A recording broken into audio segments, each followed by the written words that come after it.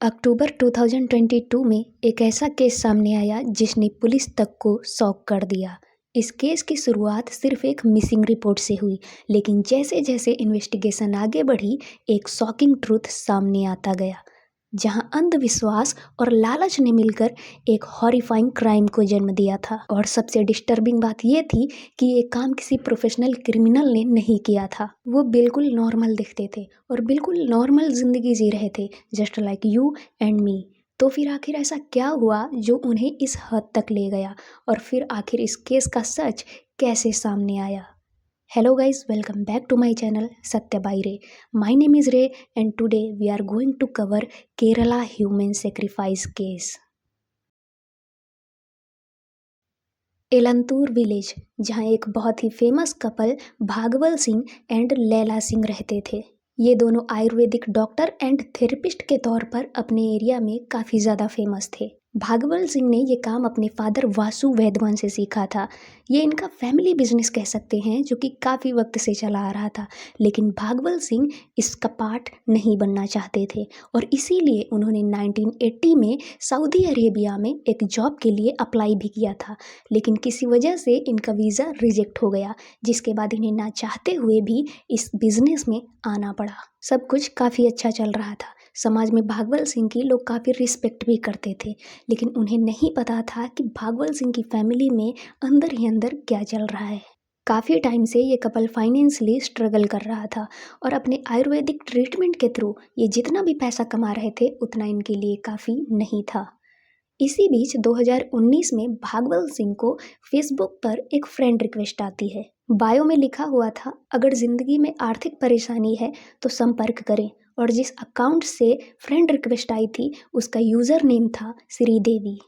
भागवल सिंह इस friend request को accept कर लेते हैं, जिसके बाद श्रीदेवी उन्हें मैसेज करती है और उनकी हाइकू कविताओं की तारीफ करती है। आप सभी को मैं ये क्लियर कर दूं कि भागवल सिंह सिर्फ एक डॉक्टर नहीं थे, बल्कि वो कविताएं भी लिखते थे।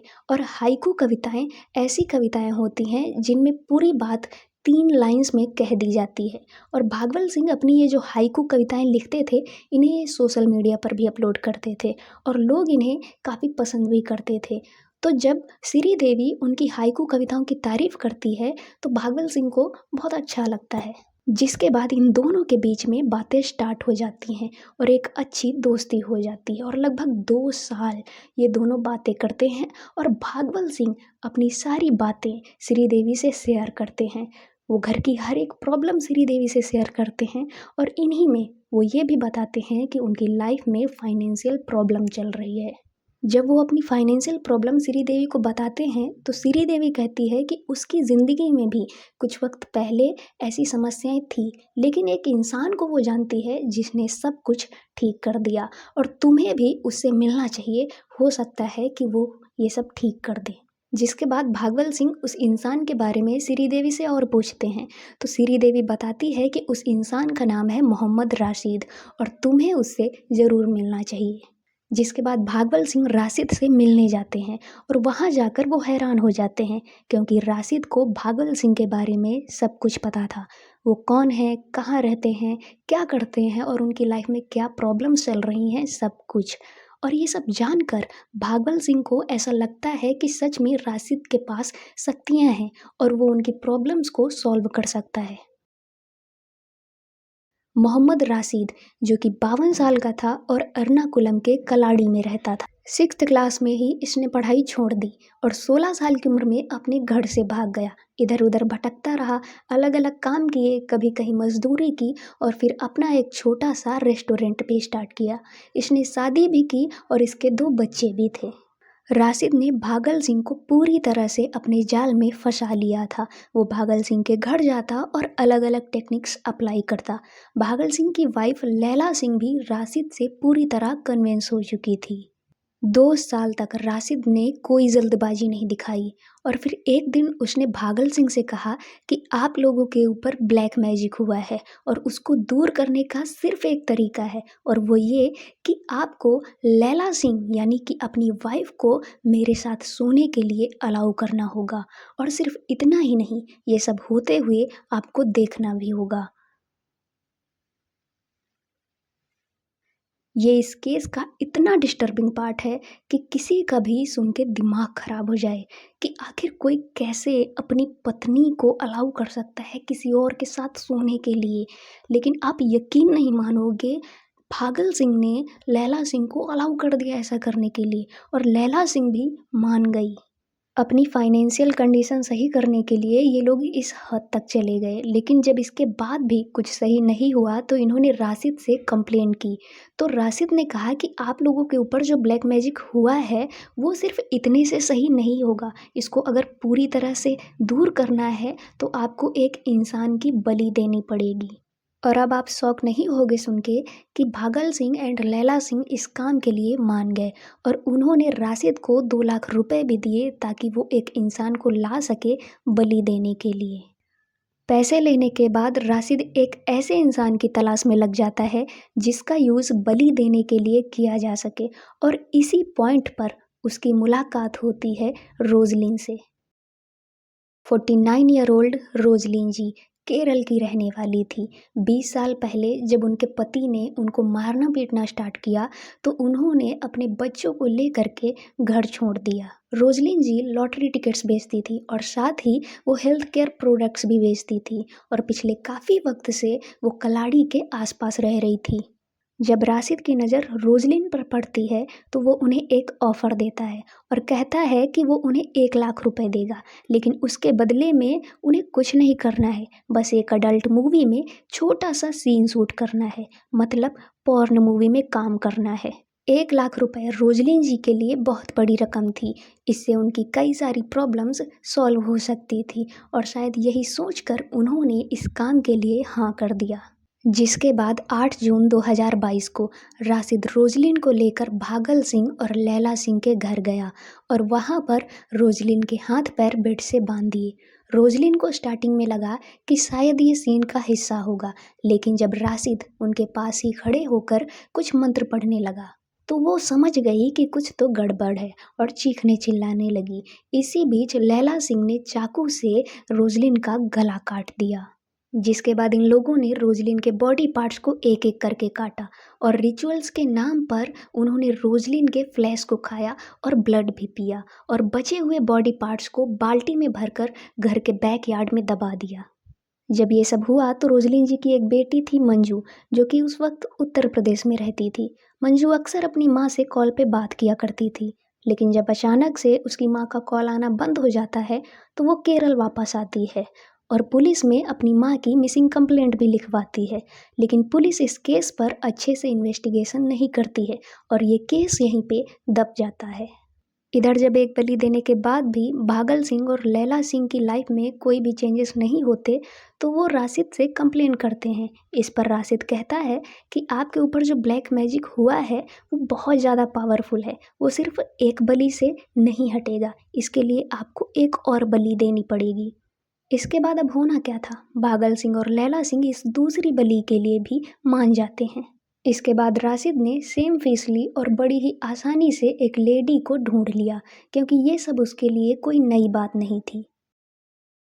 52 ईयर ओल्ड पद्मा जी कोच्चि के अर्नाकुलम एरिया में रहती थी। पहले ये तमिलनाडु के धर्मपुर में रहती थी, लेकिन 15 साल पहले अपने पति के साथ कोच्चि आई थी। लगभग 3 महीने पहले इनके पति की तबीयत खराब हो गई थी, इसीलिए वो तमिलनाडु वापस चले गए थे और अब पद्मा जी यहाँ पे अकेली रहती थी। पद्मा जी कभी किसी के घर झाड़ू पोछा करती थी, कभी काम की तलाश में कंस्ट्रक्शन साइट पर चली जाया करती थी और ये भी रोजलिन की तरह लॉटरी टिकट बेचती थी। वो दिन के 100 रुपए से लेकर अगर कभी दिन बहुत अच्छा निकला तो 1000 रुपए तक कमा पाती थी। पद्मा जी ने बड़ी मेहनत से अपने 2 बेटों को पाला था। उनके छोटे बेटे का नाम था सिंटू और बड़े बेटे का नाम था सिल्वारेज। पद्मा जी रोज अपने बेटे सिल्वारेज से कॉल पर बात करती थी। उन्हें फ़ोन ज़्यादा यूज करना नहीं आता था।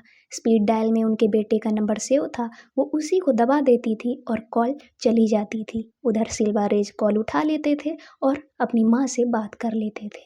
26 दिसंबर 2022 को राशिद ने पद्मा जी को भी सेम ऑफर दिया, 1 लाख रुपए का, और कहा कि कुछ नहीं करना है, बस एक अडल्ट मूवी में छोटा सा सीन शूट करना है। और सेम रोजलिन के ही तरीके से इन लोगों ने पद्मा जी का भी मर्डर कर दिया। इसके बाद इन लोगों ने पद्मा जी के प्राइवेट पार्ट को काटा, ब्लड एक्सट्रैक्ट किया और उसको पूरे घर में छिड़का। इन्होंने पद्मा जी की बॉडी के 56 पीसेस किए, लेकिन इस बार इन्होंने बॉडी पार्ट्स को फेंका नहीं, बल्कि रिचुअल्स के नाम पर उनको फ्रिज में सेव कर लिया ताकि वो इनको बाद में खा सकें। इधर जब रोज की तरह सिल्वारेज ने अपनी माँ से बात करने के लिए कॉल किया तो माँ ने कॉल पिक नहीं किया, कुछ और बात ट्राई किया। जब फिर भी कोई रिस्पांस नहीं मिला तो सिल्वारेज को टेंशन होने लगी, क्योंकि इससे पहले कभी भी नहीं हुआ था ऐसा कि सिल्वारेज की कॉल उसकी माँ ने पिक ना की हो। जिसके बाद सिल्वारेज ने अपनी आंटी पलानी अम्मा को कॉल किया, जो कि पद्मा के घर से 15 मिनट की दूरी पे रहती थी, और पलानी अम्मा से अपनी माँ का पता लगाने को कहा। जब पलानी अम्मा पद्मा के घर पहुंची तो उन्होंने देखा कि वहाँ कोई नहीं है और घर पर ताला लगा हुआ है। पलानी अम्मा ने सारा दिन पद्मा का वेट किया, इस उम्मीद में कि शायद पद्मा घर वापस आ जाए या फिर कॉल ही पिक कर ले।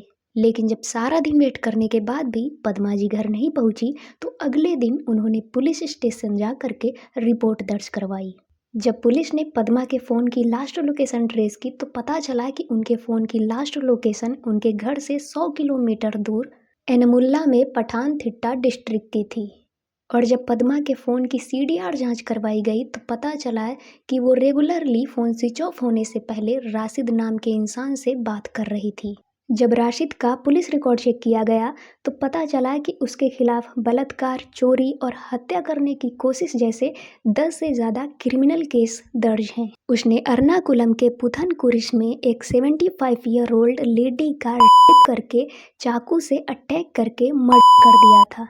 इस केस में उसे अरेस्ट तो किया गया था, लेकिन फिर जमानत मिल गई थी। जिसके बाद पुलिस बिना किसी देरी के उसके रेस्टोरेंट पहुंचती है।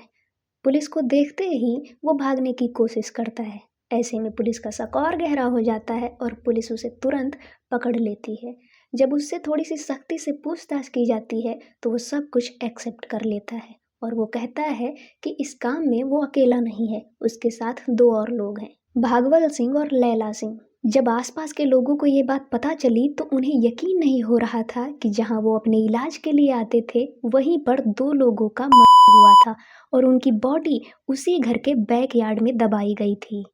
इन तीनों भागवल सिंह, लैला सिंह और मोहम्मद राशिद को 11 अक्टूबर को तुरंत गिरफ्तार कर लिया गया। इन्हें अदालत में पेश किया गया, जहां से इन्हें 14 दिन की जुडिशियल कस्टडी में भेजा गया। लेकिन हैरान कर देने वाली बात यह है कि आज 4 साल बीत जाने के बाद भी इनके खिलाफ कोई भी फाइनल जजमेंट नहीं सुनाया गया है। ये तीनों आज भी कोर्ट के चक्कर काट रहे हैं। पुलिस ने बाद में ये कहा कि राशिद को एक सेक्सुअल डिजीज थी जिसमें उसे औरतों को तकलीफ देने में मज़ा आता था। अगर आपने वीडियो को ध्यान से देखा होगा तो आपके मन में एक सवाल उठ रहा होगा कि सभी की सच्चाई तो सामने आ गई, लेकिन श्रीदेवी का क्या हुआ? श्रीदेवी को क्यों अरेस्ट नहीं किया गया? तो बात यह है कि श्रीदेवी कोई और नहीं बल्कि राशिद ही था। राशिद ने अपनी वाइफ के फ़ोन में अपना सिम डाल के एक फेक अकाउंट बनाया था श्रीदेवी के नाम से। इस केस में एक और बात यह है कि जब पहली बार रोजलिन जी की बेटी मंजू ने पुलिस में कंप्लेन की थी तो अगर पुलिस ने इस केस को सीरियसली लिया होता, इस केस की अच्छे से इन्वेस्टिगेशन की होती तो शायद पद्मा जी के साथ जो हुआ वो नहीं हुआ होता। आई होप आप सभी को ये केस समझ आया होगा। मिलते हैं नेक्स्ट वीडियो में एक और सच्ची कहानी के साथ।